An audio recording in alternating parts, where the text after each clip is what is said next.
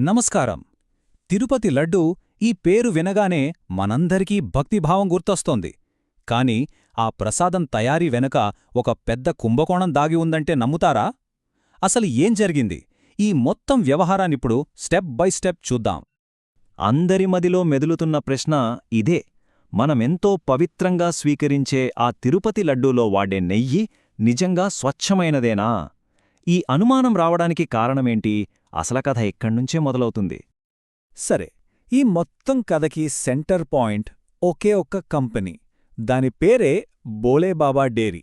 CBI అధికారులు తమ investigation start చేసింది నేరుగా ఈ కంపెనీ మీదే. ఇంకా అక్కడనుంచి మొదలైందసలు కథ. ఒక్కొక్కటిగా షాకింగ్ నిజాలు బయటకు రావడం స్టార్ట్ అయింది. విచిత్రమేంటంటే సిబిఐ అధికారులు పెద్దగా కష్టపడాల్సిన అవసరం రాలేదు. వాళ్లు నేరుగా ఆ కంపెనీ లెక్క పుస్తకాల్నే చెక్ చేశారు. వాళ్ల రికార్డ్స్లోనే కొన్నవాటికి అమ్మినవాటికి మధ్య అసలు పొంతనే లేదు. అదే ఈ భారీ కుంభకోణానికి తొలి అడుగు అయిందనమాట. ఆ రికార్డులు చూస్తే ఎవరికైనా డౌటొస్తుంది. చాలా విచిత్రంగా ఉన్నాయి. చూడండి, సాధారణంగా ఏ బిజినెస్లో అయినా కొన్న వస్తువులకి, అమ్మే ప్రాడక్ట్కి ఒక లింక్ ఉంటుంది కదా. కాని ఇక్కడ వాళ్లు కొన్న ముడిసరుకులకి, వాళ్ల అమ్ముతున్న నెయ్యికి అస్సలు సంబంధమే లేదు. ఇది చూశాక పెద్ద పెద్ద ప్రశ్నలు మొదలయ్యాయి. అసలు ఆ వైరుధ్యమేంటో ఇప్పుడు చూద్దాం. ఇప్పుడొక డైరీ కంపెనీ నెయ్యి అమ్ముతోంది అంటే వాళ్ళేం కొనాలి? పాలు కొనాలి. Simple logic. కాని భోలేబాబా డైరీ రికార్డులో ఎక్కడా ఒక్క లీటరు పాలు కొన్నట్టు కూడా ఆధారం లేదు. మరి పాలు కొనకుండా నెయ్యి ఎలా అమ్మగలిగారు? ఇక్కడే అసలు ట్విస్ట్ బయటపడింది. ఇప్పుడు చూడండి, దర్యాప్తులో దొరికిన అతిపెద్ద ఆధారం ఇదే. వాళ్ల లెక్కల ప్రకారం కొనుగోళ్ల లిస్టులో ఏముందో తెలుసా?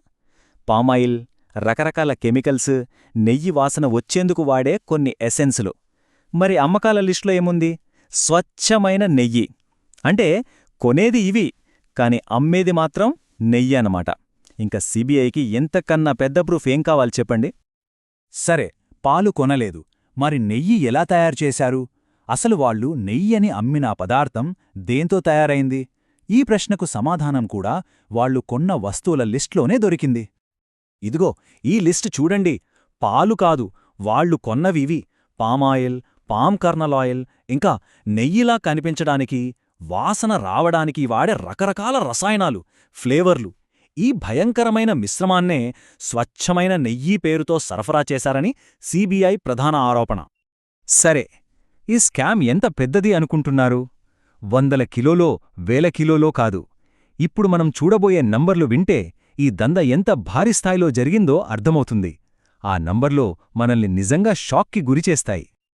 ఓకే, మొదటి నంబర్ 57,56,000 కిలోలు. మళ్ళీ చెప్తున్నా, 57,00,000 కిలోలు. ఇది వాళ్లు కేవలం నెయ్యి తయారు చేయడానికి కొన్న పామాయిల్ బరువు. ఊహించుకోండి, ఇది దాదాపు 1000 ఏనుగుల బరువుతో సమానం. అమ్మో! ఆ పామాయిల్, రసాయనాలు అన్నీ కలిపి మొత్తం 68,17,000 కిలోల నకిలీ నెయ్యిని తయారుచేశారట. ఈ మొత్తం మిశ్రమాన్ని తిరుమల తిరుపతి దేవస్థానానికే సరఫరా చేశారన్నది ఆరోపణ. ఇది కేవలం డబ్బుకు సంబంధించిన మోసం కాదు, కోట్లాది భక్తుల నమ్మకాన్ని మోసం చేయడమే. ఇక డబ్బుల విషయానికి వస్తే ఈ మొత్తం కుంభకోణం విలువ ఎంతో తెలుసా? అక్షరాల 234 కోట్ల రూపాయలు. ఇది చాలా పెద్ద మొత్తం. ఒకవైపు ప్రజాధనం దుర్వినియోగం, మరోవైపు అంతకన్నా ముఖ్యంగా భక్తుల విశ్వాసం మీద పెద్ద దెబ్బ. సో, ఇప్పటిదాకా మనం చూసింది ఒక్కసారి క్లుప్తంగా గుర్తుచేసుకుందాం. అసలు పాలు కొనకుండానే నెయ్యి అమ్మారు. లెక్కలు చేసే పామాయిల్, కెమికల్స్ కొన్నట్లుంది. దాదాపు 68 లక్షల కిలోల కల్తీ నెయ్యిని తయారుచేశారు. అండ్ ఈ మొత్తం స్కామ్ విలువ 234 కోట్లకు పైనే. ఇవే ఈ కేసులో ఉన్న కీలకమైన ఆరోపణలు. సరే, ఈ దర్యాప్తు, ఈ వాస్తవాలు అన్నీ ఒకెత్తైతే ఇప్పుడు మన ముందొక పెద్ద ప్రశ్న ఉంది. ఎంతో పవిత్రంగా భావించే ప్రసాదం విషయంలో ఇలాంటి ఆరోపణలు రావడం భక్తుల నమ్మకంపై ఎలాంటి ప్రభావం చూపుతుంది? ఇది కేవలం ఒక ఆర్థిక నేరం కాదు, కోట్ల మంది విశ్వాసంతో ముడిపడిన విషయం. దీని గురించి మనమందరం ఆలోచించాల్సిన అవసరం ఉంది.